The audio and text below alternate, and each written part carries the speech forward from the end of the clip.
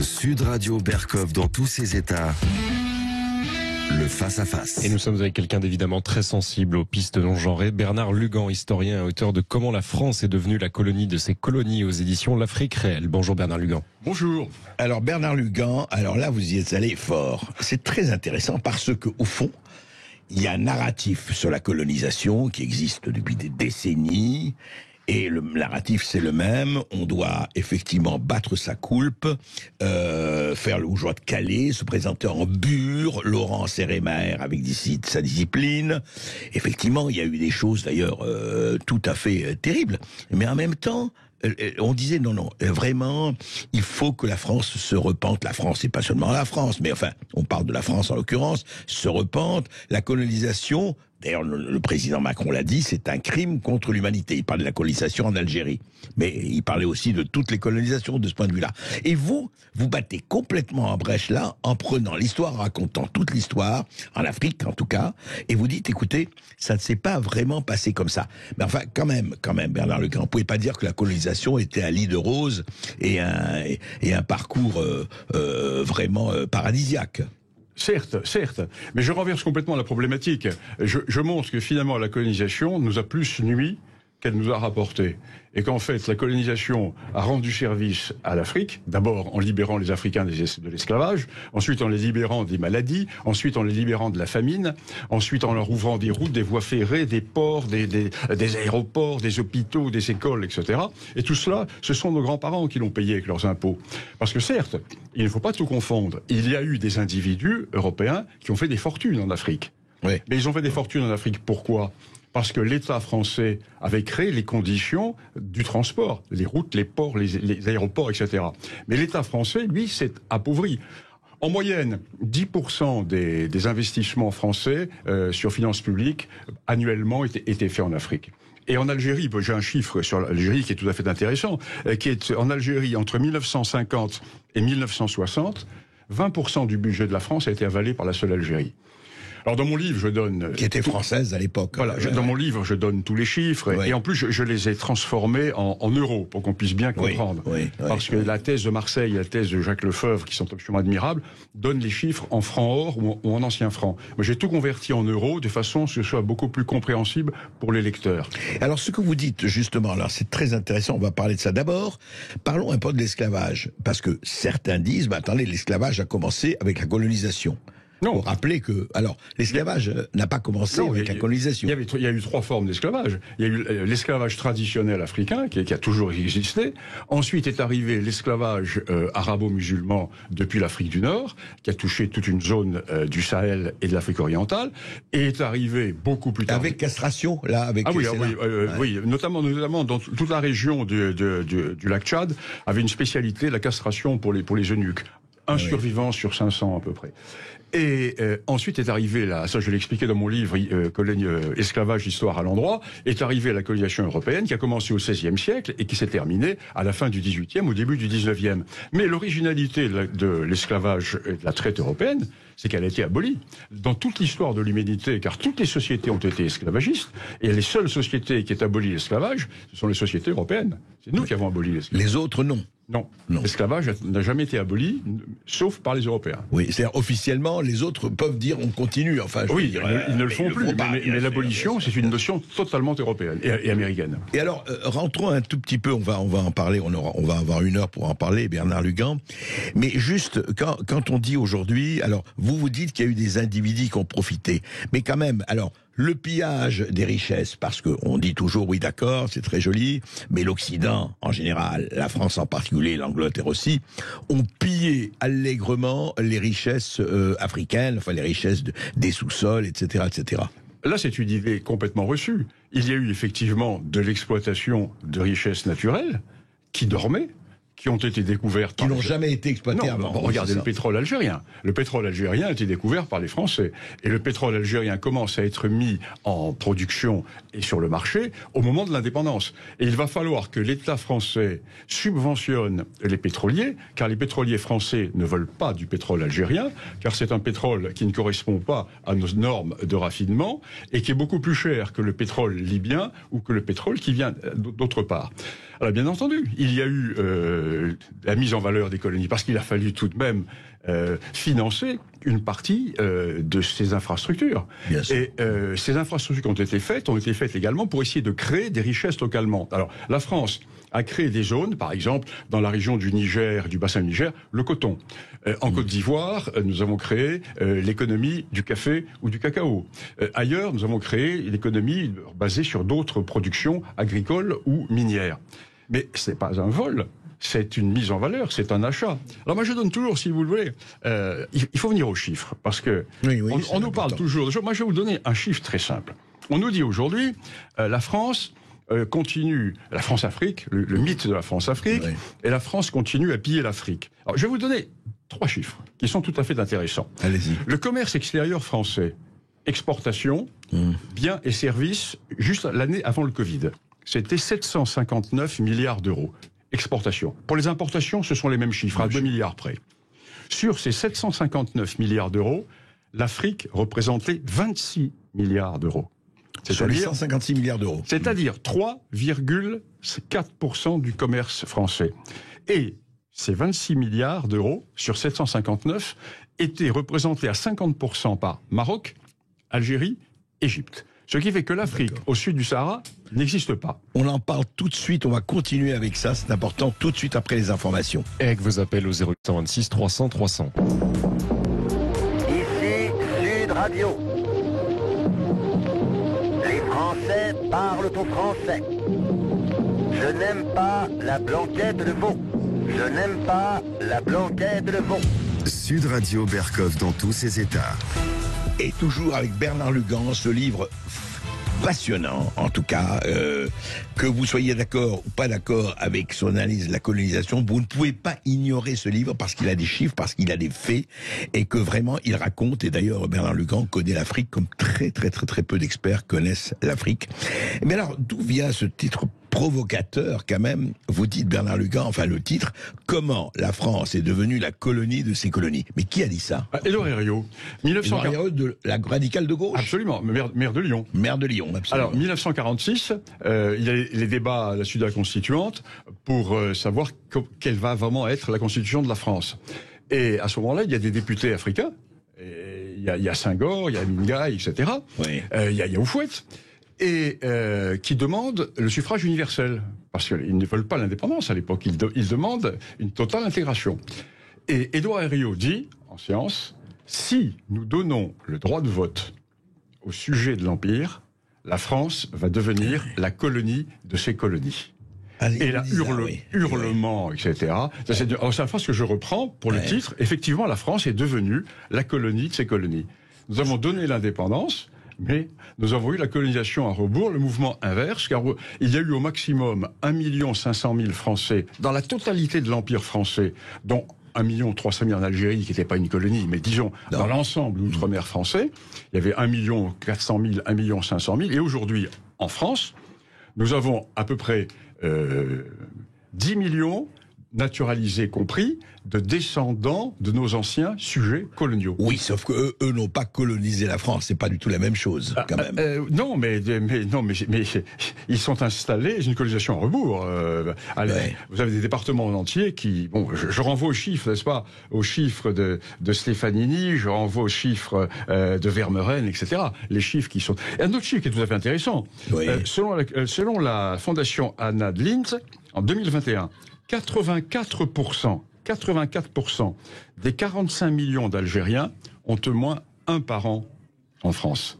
Or, il y a la loi... 84% des Algériens. Donc, avec le regroupement familial qui vient d'être élargi aux frères et aux sœurs, ça nous présage un mouvement migratoire de vaste échelle. Mais j'étais sur des chiffres tout à l'heure. Oui, absolument. Qui étaient importants. Oui. Donc, je reprends mon chiffre. Donc, l'Afrique... Oui, reprenez même le premier chiffre. Bon, nous sommes en 2019, donc juste avant le Covid. Les chiffres sont les mêmes maintenant à peu près. Oui. 759 milliards d'euros du commerce extérieur français d'exportation. Importation, même chose. Oui. L'Afrique représente là-dessus 26 milliards d'euros. Donc, 3,4... Toute l'Afrique. Toute l'Afrique. Et sur ces 26 milliards, 50% par seul Maroc, Algérie, Égypte. Ce qui fait que la totalité de l'Afrique au sud du Sahara, à peu près les 50 pays, vont représenter la moitié de ces 26 milliards. Et la seule zone CFA, on dit le chasse gardée de la France, le CFA c'est épouvantable, la France s'enrichit dans la zone CFA. Je vous donne les chiffres. La zone CFA, 6 milliards d'euros. C'est-à-dire 0,79% du commerce français.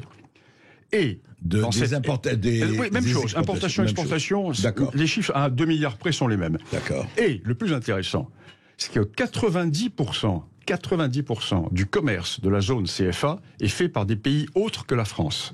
La France ne détient que 11% de part du commerce dans la zone CFA. La Chine en a 28%. Comment ça se fait? 28%. Tout simplement parce que ce n'est pas une chasse gardée. Parce que c'est une zone ouverte.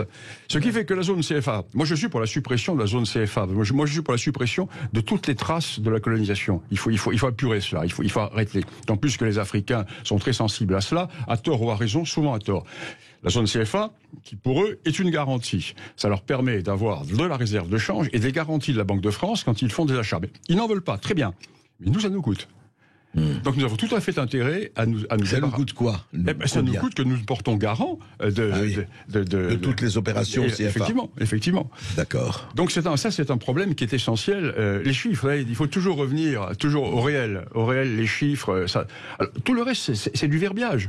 Quand on vous parle d'exploitation coloniale, de repentance, etc., c'est du verbiage. Ou alors, vous allez avoir des historiens qui sont plus des politiques que des historiens, qui vont prendre des faits d'exception et qui vont en faire une généralisation. Par exemple, il est évident que le début de la colonisation belge au Congo a été abominable. Nous avons bien entendu les textes de l'époque, etc. Mais ça a duré 8 ans. Quand le Congo est rentré dans le droit commun colonial belge, ça a été terminé. Au contraire, la Belgique a fait au Congo des choses que personne d'autre n'a fait. C'est-à-dire que tous les bénéfices étaient réinvestis au Congo. Entièrement, 100%. C'était réinvesti au Congo. Ce qui fait que la Belgique et les firmes qui étaient au Congo, le Congo se suffisait à lui-même. L'État belge n'avait pas besoin de payer, sauf la crise de 29. Pendant 2 ans, il a fallu créer une loterie coloniale parce qu'il y a eu un problème économique au moment de la crise de 29. Mais autrement, le Congo se gérait. Le seul problème des Belges, c'est que les Belges ont voulu trop bien faire et ils sont partis, si vous voulez, du réel, en disant tout est à construire, à commencer par les voies ferrées, par les communications, etc. Donc, ils ont commencé étape par étape. Et pour ce qui est de l'éducation, par exemple, ils se sont dit, commençons par le primaire, ensuite le secondaire, ensuite le supérieur. Alors que les Britanniques et nous avons saupoudré. Ce qui fait que certes, il y a eu des élites quand nous sommes partis, mais c'était saupoudré. Tandis que les Belges, eux, avaient totalement scolarisé le primaire, avaient quasiment totalement scolarisé le secondaire, et il leur manquait la phase supérieure. Et il leur a manqué 20 ans. Et d'ailleurs, il y a eu un projet du rapport Van Bilsen, qui date des années 1952-53, qui dit, nous avons besoin, pour terminer notre plan de mise en valeur du Congo et de développement, il faut donner l'indépendance en 1970-72. Oui, mais Bernard Lugan, vous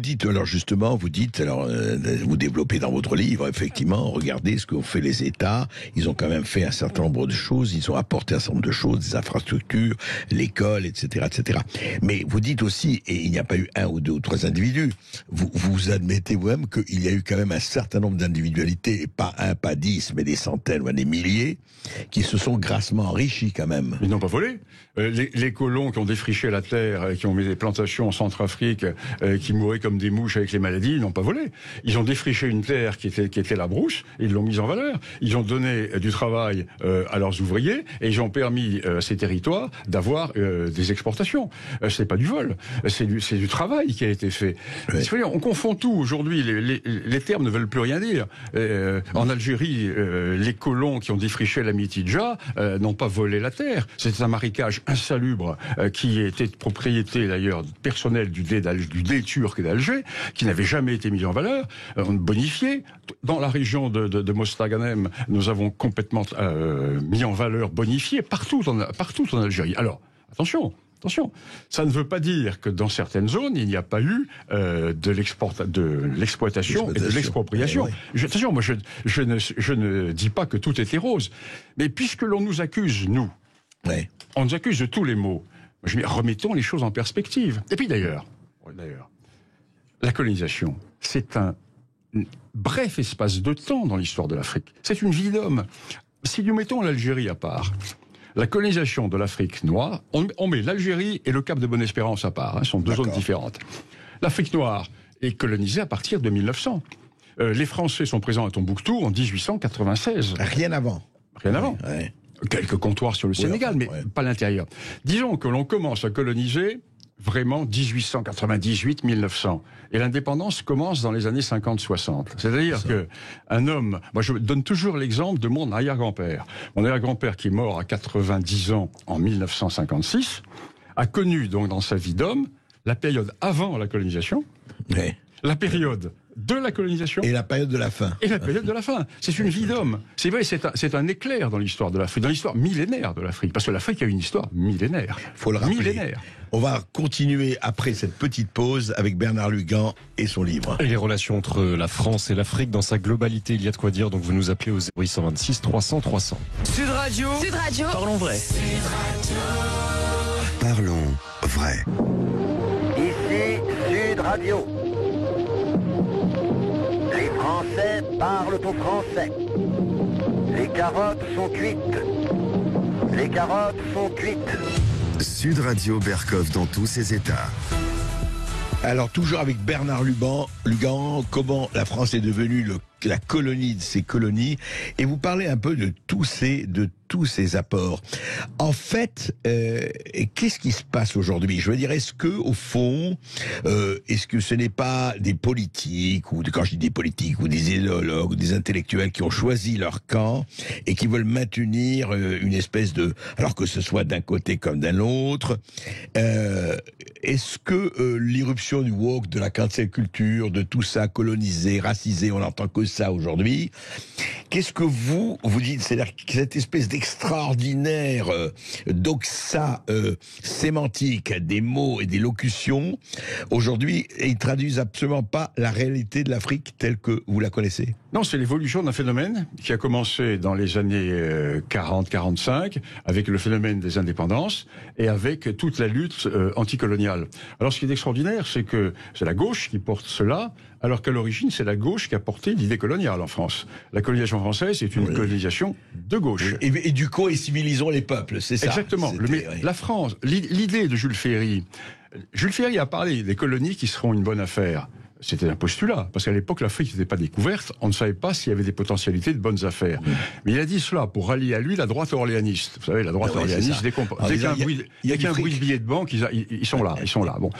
Et au départ, son idée, ce n'est pas cela. C'est une idée de la gauche républicaine. Et Mélenchon est tout à fait dans cette ligne-là. Mélenchon est l'héritier des grandes phrases de Victor Hugo sur la colonisation, quand il dit que la France doit se dissoudre dans l'universel.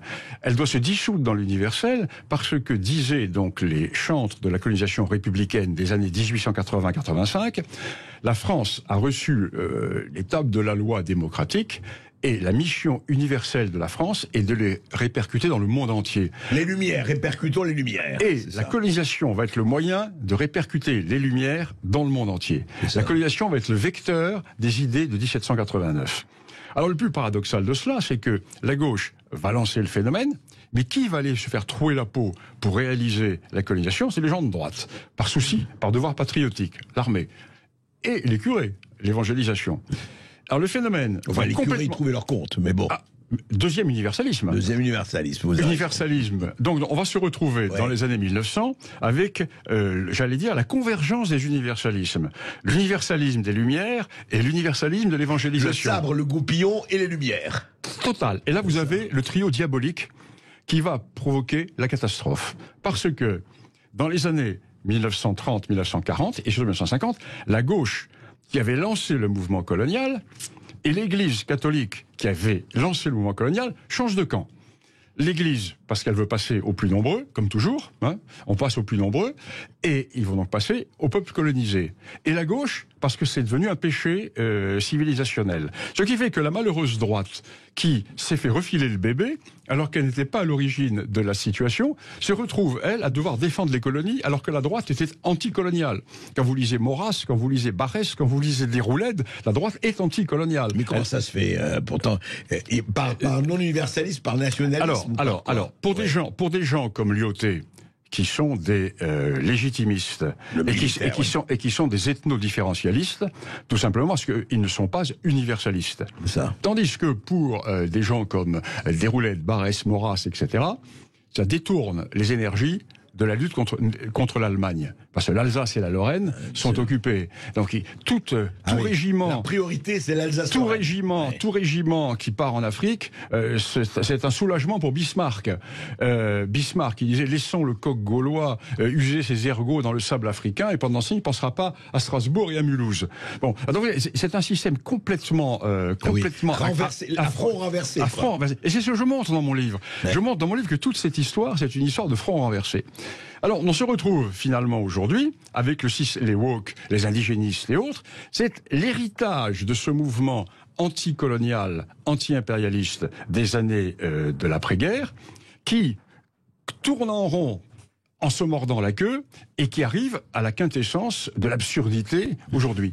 Voilà, c'est ça ce phénomène. Oui, en tout cas, c'est intéressant à suivre parce que c'est vrai qu'aujourd'hui, ça occupe absolument la quasi-totalité du discours. Mais alors, les Africains sont morts de rire. En Afrique, ils sont morts de rire. Les Blancs, vraiment, là, vous nous amusez beaucoup. Hein. À part, évidemment... Oui, comment ils regardent ces polémiques, enfin, que vous connaissez? Alors, les copains sont morts de rire en disant, mais vous êtes complètement fous. Les responsables politiques se disent, chic, on va pouvoir demander plus d'argent. Et oui, plus on culpabilise et plus on va faire jouer le tiroir-caisse. Ah oui, ça, de leur point de vue, on comprend. Mais, tout à fait. Mais alors, vous savez, moi, je dis toujours, quand j'ai un de mes voisins l'autre jour qui avait laissé son poulailler ouvert, le renard lui a bouffé les poules. Bon, j'ai bien fait. Si au lieu de te saouler la gueule, tu étais allé fermer ton poulailler le soir, le renard ne serait pas rentré. Bon, oui. C'est tout. C'est une morale assez simple, mais efficace. Mais ça, c'est la morale de terrain. C'est la morale de terrain, effectivement. Juste, on va parler de tout ça avec nos auditeurs, mais Bernard Lugan, de ce point de vue-là, aujourd'hui, est-ce qu'il y a quand même d'autres colonisations? Comment vous considérez justement, alors il y a eu l'Occident, et alors aujourd'hui les Russes, les Chinois, les Américains, etc. Alors ça, c'est une question qui est fondamentale, parce que déjà, il y a eu deux colonisations, la française et l'anglaise. Quelle est la différence entre la française et l'anglaise? Nous avons voulu changer l'homme. Nous étions porteurs du message universaliste, nous avons voulu changer l'homme. Les Anglais n'ont jamais voulu changer l'homme. Les Anglais sont partis par pur impérialisme. Là, il n'y a jamais eu de débat colonial en Angleterre. Ni pour partir, ni pour venir, ni pour partir. Est-ce que nous avons eu un débat colonial terrible dans les années 80-90, savoir s'il fallait y aller ou pas, et un débat colonial avec des putschs militaires pour savoir s'il fallait rester ou pas. Jamais de ça en Angleterre. Les Anglais sont arrivés et sont repartis une fois qu'ils avaient décidé de le faire. Vous débrouillez-vous, mais on ne se mêle pas de vos affaires. On ne se mêle pas de vos affaires. Gouvernement indirect. Indirect rule, qui était la forme des Anglais. Et surtout, les Anglais, et ça c'est une formule que je sors toujours, et qui est très parlante, nous Français avons laissé en Afrique des certitudes, alors que les Anglais ont laissé des habitudes. C'est pas du tout la même chose. Donc ils n'ont pas changé l'homme, et lorsque les indépendances se sont faites, les Anglais sont partis comme ils étaient arrivés. Et ce problème ne se pose pas dans les colonies anglaises. Il se pose bien sûr chez les intellectuels à Londres ou ailleurs, mais il ne se pose pas. Vous n'avez pas dans les anciennes colonies anglaises, ni même au Congo belge. Regardez, le roi des Belges était au Congo il y a 3 jours, il n'a pas présenté ses regrets. Et puis, d'ailleurs, les Congolais ne l'ont pas demandé. Ils l'ont pas demandé, oui. Et les Portugais, personne ne leur pose le problème non plus. Alors, en France, parce que pourquoi, j'en reviens toujours au point de départ, qui est notre universalisme des Lumières. Les Africains nous en veulent beaucoup parce que nous sommes venus en disant nous allons vous apporter la civilisation. Nous leur avons rien apporté du tout. On leur a rien apporté du tout. On leur a apporté effectivement des voies ferrées, des routes, etc. Mais ils ont bien vu que notre message universaliste ne marchait pas. C'est De Gaulle. De Gaulle a une phrase géniale en disant sur l'intégration. Écoutez ce que dit De Gaulle. L'intégration, un mensonge pour les Français, une arnaque pour les autres. Ouais. En même temps, il y a quand même beaucoup d'intellectuels africains qui ont été armés au bon sens du terme par nous sur l'humanisme et tout ça. On peut pas le nier, ça. Oui, alors bien sûr, évident, c'est évident. Mais si vous voulez, ils ont deux attitudes. Il y a l'attitude en privé. Et puis il y a l'attitude politique, hein, ils sont obligés. Alors le grand problème, si vous voulez, c'est que nous avons colonisé au nom de l'universalisme. Et ensuite, nous sommes restés avec notre idée de démocratie d'abord. Je vous prends un exemple très simple, l'exemple du Sahel. Un pays comme le Mali. Un pays comme le Mali n'existe pas. C'est une pure création coloniale. 90% du territoire est occupé par 2% de la population, c'est le désert du Nord, les Touaregs. Ces Touaregs étaient les radieurs traditionnels qui radiaient les populations sédentaires, agricoles, qui vivaient le long du fleuve. Bon, traditionnellement. Ils les pillaient. Ouais. Ils les pillaient. Les Peuls les réduisaient en esclavage, les Touaregs les pillaient. Nous donnons l'indépendance. Mais nous sommes des démocrates. La démocratie, c'est quoi? Suffrage universel, c'est l'addition. Qui sont les plus nombreux? Les gens du Sud. C'est normal que les gens du Sud gouvernent, puisqu'ils sont 90%. Oui. Mais ceux qui étaient les guerriers, c'était les gens du Nord. Donc dès 1963, soulèvement Touareg. 5 guerres Touareg. Au même moment, soulèvement des Toubous, des Ahawa au Tchad. Les nordistes n'ont pas accepté d'être, parce qu'ils sont moins nombreux, sous le pouvoir de leurs anciens tributaires ou de ceux qu'ils radiaient. Alors nous arrivons au Mali avec l'opération Serval et Barkhane. Oui. Et qu'est-ce que nous proposons comme solution? La démocratie. Donc nous proposons un sondage ethnique grandeur nature, nous proposons de refaire ce que l'on tente de faire depuis 1950 et qui a raté. Il est évident que chaque élection va donner le même résultat. Alors, les gens du Sud disent, mais vous êtes drôles, vous les Français. Vous parlez de suffrage universel, mais nous sommes, nous, 90%. C'est normal que nous gouvernions. En France, si on lit bien les journaux, vous avez des partis, des courants politiques qui font 40% des voix et qui vont avoir 3 députés. Tandis que vous en avez... Alors, où est le problème? Donc, il y a une démocratie pour les Blancs, une démocratie pour les Noirs. Il faut savoir ce que vous voulez. Donc, nous sommes pris au piège de nos propres postulats démocratiques. Intéressant. Et voir comment on va sortir du piège. En tout cas, on en parle avec les auditeurs de Sud Radio. Et vous nous appelez au 0826 300 300. Il vous reste une demi-heure. Ici Sud Radio. Les Français parlent au français. Je n'aime pas la blanquette de veau. Je n'aime pas la blanquette de veau. Sud Radio Berkov dans tous ses états. Et nous commençons avec Antoine qui nous appelle de Bussy-Saint-Georges. Bonjour Antoine. Bonjour Antoine. Bonjour Monsieur Berkov, bonjour à votre invité. On vous écoute Antoine. Bonjour. Alors moi j'ai juste 2 remarques à faire. Parce que tout ce qu'il dit ce monsieur, c'est vrai qu'il y a beaucoup de vérité. Voilà, mais moi c'est simplement, j'ai 2 points à souligner. C'est que concernant le franc CFA, est-ce qu'il peut au moins admettre que ce système a été basé ou a été reproduit par le général de Gaulle après que l'Allemagne l'ait fait à la France? Et sans l'intervention des Alliés, aujourd'hui on parlerait tous allemand. Ça c'est une première chose. Une deuxième chose, originaire du Congo belge, oui c'est vrai qu'on a eu l'indépendance, mais au prix du sang, M. Berkov. Il y a eu des mains qui ont été découpées sur les enfants, sur les femmes, parce qu'on avait le caoutchouc à l'époque. Et sans ce caoutchouc, si les Belges étaient venus pour un contrat win-win, comme on voit dans tous les pays européens, en disant aux Congolais, nous allons vous construire des chemins de fer, mais parce qu'on veut faire du business avec vous et sans vous couper les mains, je vois pas pourquoi les Congolais, en tant qu'êtres humains, ils auraient dit non. Voilà. Et c'est encore dommage parce qu'aujourd'hui, quand on compare l'Afrique lusophone, l'Afrique anglophone, la dernière des Afriques, c'est l'Afrique francophone. C'est intéressant. Non, Antoine. Oui, Bernard Lugan. Oui, effectivement, l'Afrique francophone, par rapport à l'Afrique anglophone et à l'Afrique lusophone, a des problèmes politiques totalement différents. Et là, nous en revenons très exactement à ce que je disais, parce que nous avons laissé le pouvoir à des gens que nous avions formés dans nos écoles, dans nos universités, et qui étaient en décalage complet avec les réalités locales. Alors que les Anglais, eux, ont laissé le pouvoir aux anciennes élites. Nous l'avons fait dans un seul territoire, ça. C'est le Maroc, grâce à l'IOT. En Tunisie, un peu également, mais un peu moins. Mais qu'ont fait les Anglais aux colonies? Ils n'ont pas, sauf dans les 2 ou 3 colonies de peuplement, qui étaient la Rhodésie, essentiellement la Rhodésie. Exactement. Ailleurs, ils ont gardé les structures, ils ont mis un gouverneur, mais qui s'appuyait sur un vrai réseau traditionnel des chefs. Ce qui fait que quand ils ont décidé de donner l'indépendance, ils ont supprimé l'échelon supérieur, qui était l'échelon du gouverneur et de ses adjoints, et les structures sont restées en place. Vous avez par exemple, l'exemple qui est topique, c'est l'exemple du Botswana. Au Botswana, le Parlement est composé par les chefs des tribus. C'est pour ça que ça tourne. Ce qui est habile et intelligent. Enfin, alors que nous, en France, nous n'avons pas fait cela. La chefferie en France, nous l'avons totalement transformée. On dit oui, mais on s'appuie sur la chefferie. C'est du baratin. Nous avons changé la chefferie africaine. Nous avons mis nos chefs à nous. Souvent anciens combattants, ou souvent des gens qui sortaient de nos écoles, etc.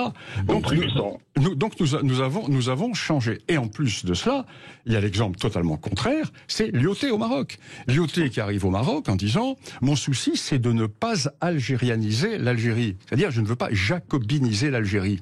Et Lyautey va dire, moi je suis le premier serviteur du sultan, car il est inéluctable et souhaitable que nos colonies deviennent indépendantes. Lyautey qui dit que dès 1916-17 dit nous allons devoir donner l'indépendance. Et il faut que l'indépendance se fasse dans les meilleurs termes possibles à l'époque. Dans le Maroc, c'est ce qui va se passer. Si vous prenez, moi, je connais bien le Maroc, hein, j'ai écrit pas mal, je connais très bien. Si vous prenez les élites qui gouvernent juste avant le début du protectorat, ce sont les mêmes familles qu'on va retrouver au lendemain de l'indépendance. Qui sont les élites traditionnelles. Ce qui fait, il n'y a pas eu, si vous voulez, le traumatisme qui s'est opéré dans les colonies françaises. Exactement, même comme les colonies belges, parce que nous, on a Patrice Emery Lumumba, qui a été notre héros, qui a voulu apporter la démocratie, qui a demandé l'indépendance, mais qui l'a payé de sa vie. Oui, alors aujourd'hui, les conséquences, on peut les ressentir, hein, parce que Kinshasa, c'est la plus grande capitale au monde francophone, mais il n'y a aucun lien avec la France. Ça, c'est tout paradoxe. Là, vous avez raison, mais vous avez parfaitement raison. Alors, le problème de Lumumba, c'est un problème qui sort un peu de notre cadre parce que c'est une question qui s'est passée en pleine guerre froide. Où il y a eu... La période de la guerre froide a été plus traumatisante pour l'Afrique que la période coloniale. URSS, oui, parce que, si vous le voulez, chacun a dû choisir un camp qui n'était pas de son histoire. C'est-à-dire a été plaqué sur l'Afrique deux systèmes de coalition totalement étrangers à l'Afrique. Je vous donne un exemple très simple, l'exemple du Rwanda, que je connais bien. Le paradoxe suivant. Dans les années 1955, la Belgique et l'Église catholique veulent donner le pouvoir aux Hutus qui sont majoritaires, et les Tutsis, qui sont des monarchistes et qui sont des féodaux, vont demander l'indépendance tout de suite pour que la Belgique n'organise pas une indépendance pour les Hutus. Résultat, ils vont être soutenus par qui? Par le bloc soviétique. Donc, pour les Occidentaux, les Tutsis vont être des pro-communistes, puisqu'ils sont des monarchistes féodaux aristocrates qui vont être soutenus avec l'URSS. Voilà. Donc on est dans la transformation complète. Vous voyez, la guerre froide a été traumatisante pour l'Afrique. Et l'événement du Congo. Vous êtes de quel coin, vous, du Congo? Moi, je suis de Kinshasa. Vous êtes Bas-Congo? Oui, je suis de Bas-Congo. Vous êtes Bas-Congo du nord ou du sud? Du Nord. Ok, bon. Donc, vous connaissez bien le problème qui s'est passé avec le phénomène. Oui. Bon, avec ce que je veux dire, c'est que par rapport à tout ce que vous dites, les tensions Kasavubu, le Lumumba, oui, etc. Bon, c'est très vrai, mais toujours est-il que l'Afrique, pour moi, elle est victime de ses ressources minières. Ah ben, alors cher monsieur, oui, mais vous qui êtes congolais, regardez ce qui se passe au Kivu à l'heure actuelle avec le M23. Le Rwanda, devant tout le monde. Le Rwanda est en train. Nos téléphones ont bien le cobalt du Kivu, nos téléphones, nos portables, nos voitures, et le coltan d'Ituri. À l'heure actuelle, le Rwanda ne vit économiquement que parce qu'il pille les richesses du Congo.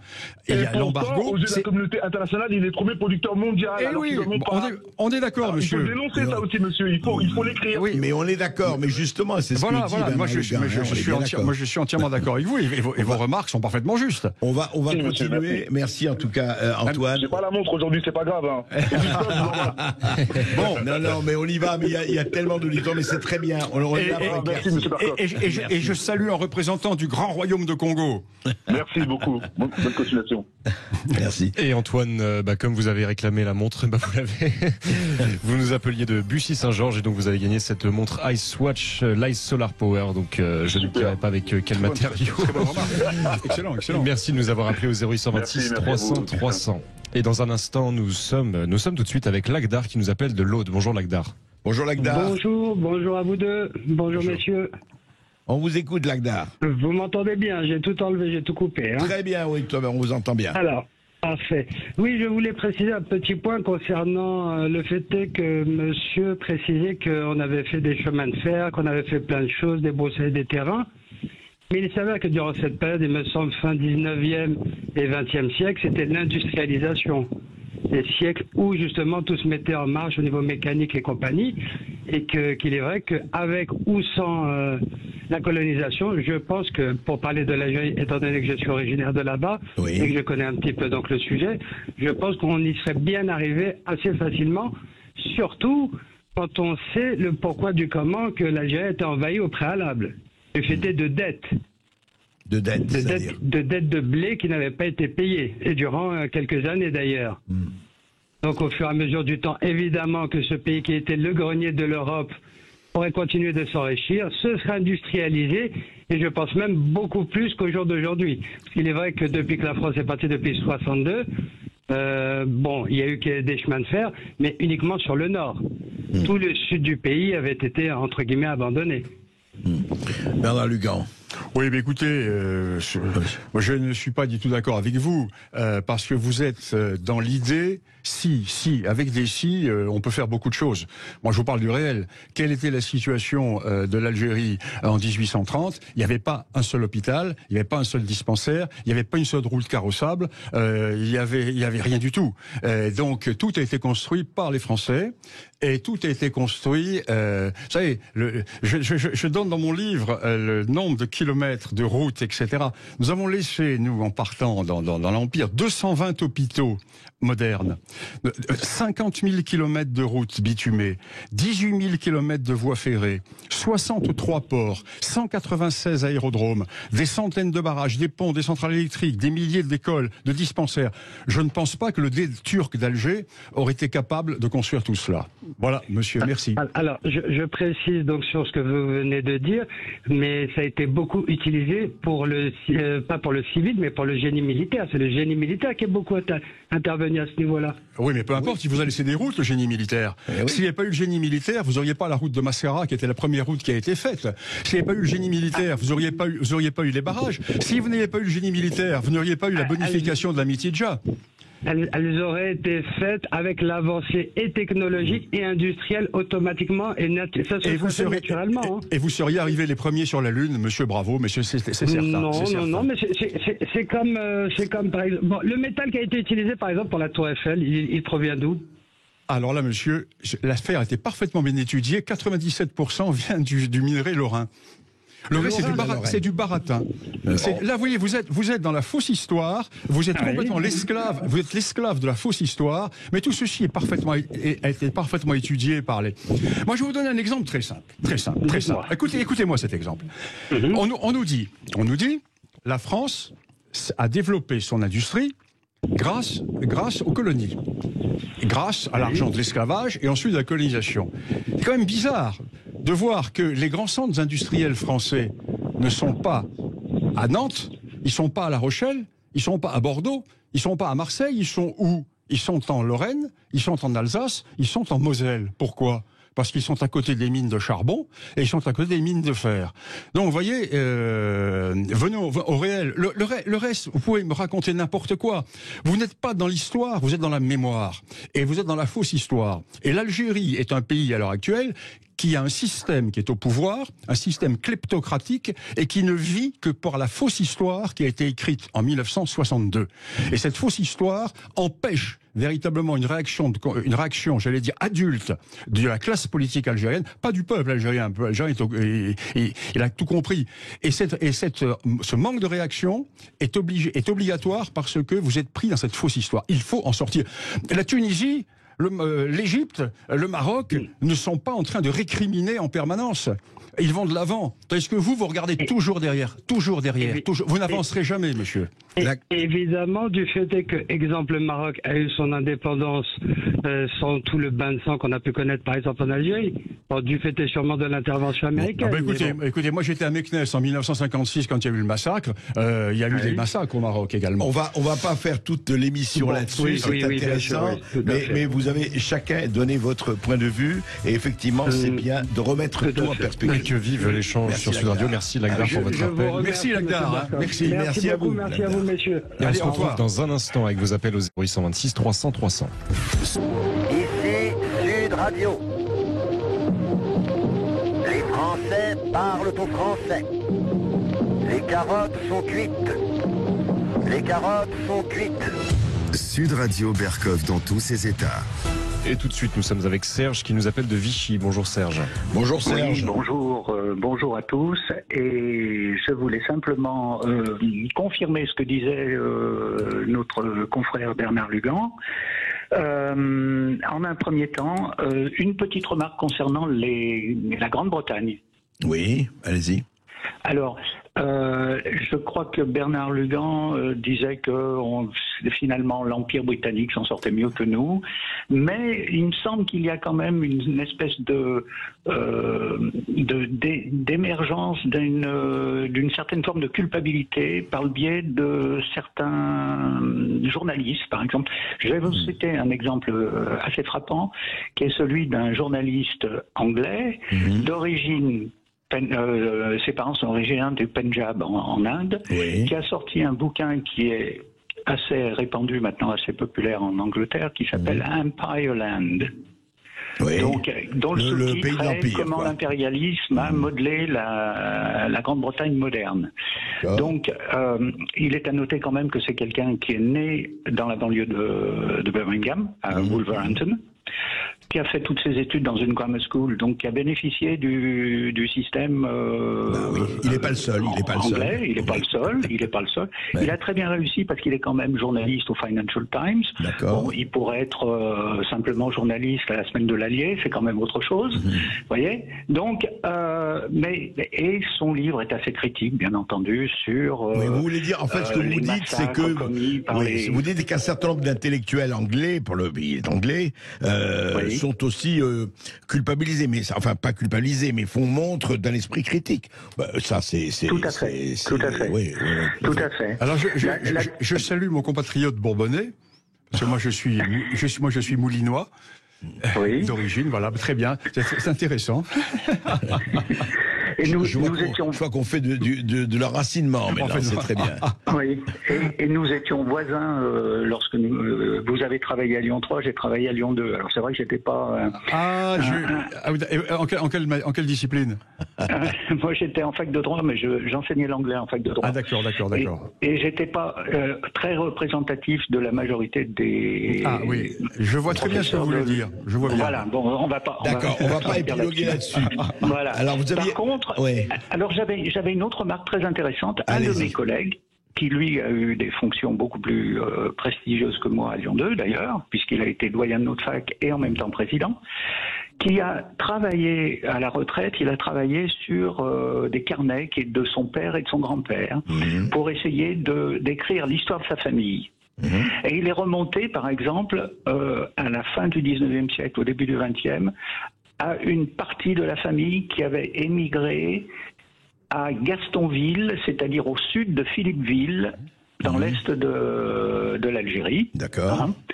Et je viens de trouver d'ailleurs un document très intéressant qui résume assez bien tout ce qui avait pu être dit avant. Voyez. Donc, au sud de Philippeville, il y a toute une vallée qui a été développée au départ qui était un simple camp militaire, des postes militaires, et qui ont été développés pour faire de l'agriculture. Notamment Gastonville, qui s'appelle aussi Salah Bouchaour maintenant. Et j'ai trouvé donc quelqu'un qui a écrit un document là-dessus et qu'il rencontre, voilà, il confirme ce que Bernard Lugan vient de dire. Je cite, ils rencontrèrent des difficultés inouïes, tous ces colons qui débarquaient. Ils furent très éprouvés par les fièvres paludéennes, par la dysenterie. C'est ce que dit mon collègue dans l'histoire. Avançons. Voilà. Voilà, par des épidémies de choléra de 46 à 1849, pardon, à 1850. Les récoltes des premières années furent fort mauvaises. Ils firent preuve de beaucoup d'endurance et ses merveilles, etc. Plusieurs actions ont été initiées pour renforcer l'occupation coloniale et valoriser l'expansion économique, dont les principales sont la construction de la voie ferrée Constantine-Philippeville en 1859, la décision de construire le port de Philippeville en 1860, l'ouverture de la route Constantine-Philippeville en 1870 avec la mise en scène. Donc vous confirmez, on ne va pas faire tout l'inventaire, mais vous confirmez un peu ce que dit Bernard Lugan, vous-même. Ah oui, mais là c'est pas moi qui parle, je vous dis, c'est quelqu'un qui visiblement a fait un travail très recherché là-dessus, que j'ai trouvé en ligne il y a quelques instants, pas simplement Gastonville. Alors, moi, je renvoie les éditeurs qui sont intéressés par cette question, merci mon cher collègue et compatriote, je renvoie au livre merveilleux de Daniel Lefebvre, Cher Algérie, où Daniel Lefebvre, c'était sa thèse, n'est-ce pas? Daniel Lefebvre explique absolument tous ces procédés de mise en valeur et les efforts considérables qui ont été faits par la France. Et c'est intéressant ce que vous disiez de la malaria et des pertes. Dysenterie, tout ça. 8 enfants européens sur 10 mouraient dans les premières décennies de la colonisation, avec les fièvres. Et les indigènes aussi, hein. Oui, mais encore plus. Plus, ils étaient parce qu'ils n'étaient pas immunisés. Ils n'étaient pas immunisés. Personne n'est immunisé contre ça. D'ailleurs, on a commencé à inventer la quinine. Ça a été en Algérie. Hein, c'est les médecins militaires qui ont inventé cela en Algérie. Aujourd'hui, elle est interdite. Alors moi, j'en ai pris toute ma vie. J'ai pris toute ma vie, tous les jours, et je ne suis pas devenu malade comme certains l'ont prétendu. D'ailleurs, c'est intéressant de voir qu'en Afrique, où y a-t-il eu des morts du Covid? Dans les pays dans lesquels il n'y a plus de malaria. C'est dans les pays dans lesquels les gens ne prennent pas de quinine. Ah oui, c'est intéressant. Tandis partout ailleurs où ils prennent la quinine ou des dérivés de la quinine, c'est drôle. Pas de problème. Oui, c'est intéressant. Il y aura un début de recherche à faire pour les scientifiques. Bon, c'est pas mon domaine. Et vous nous dites ça en fin d'émission. Merci Serge pour votre appel. Nous sommes avec Jacques qui nous appelle de Boulogne-Billancourt. Bonjour Jacques. Oui, Jacques. Oui, on vous bonjour. Écoute. Alors voilà, moi, ce que je voudrais savoir, c'est pourquoi on a été colonisé l'Algérie. Ah. On n'était pas chez nous, oui. C'est ça. Alors, le reste, c'est très bien, mais alors, on n'était pas chez nous. Qu'est-ce qu'on est venu faire là-bas? Pourquoi? Alors, bonne question. Et le plus intéressant, c'est que celui qui va être le colonisateur de l'Algérie, le maréchal Bugeaud, était opposé à la colonisation de l'Algérie. Et il le dit, c'est une erreur, etc. Mais le gouvernement français a absolument voulu faire la conquête. Il a dit, puisque vous voulez vraiment, c'est une erreur, mais faisons-le grandement. Alors pourquoi? Alors pourquoi la question. Pourquoi? Eh bien, c'est parti. Effectivement, il y a cette histoire de créance. Cette histoire de créance sur le blé qui avait été fourni à l'époque du Directoire. Et ce blé... Par l'Algérie. Oui, par l'Algérie, pas uniquement l'Algérie, ça vient d'Égypte aussi. Beaucoup. Oui, on dit Algérie, mais parce que ce blé arrivait en Algérie et parce que le gouvernement turc d'Algérie a vu la bonne affaire à faire. Faut pas oublier que c'était les Ottomans à l'époque. C'était les Ottomans et l'Égypte à l'époque était également sous un. Donc, ce blé est vendu et bien entendu, Talleyrand et les affairistes locaux s'en mettent plein les poches et le dé d'Alger n'est pas payé. Donc, la restauration arrive et le dé d'Alger demande d'être payé. La France paye, mais l'argent n'arrive pas.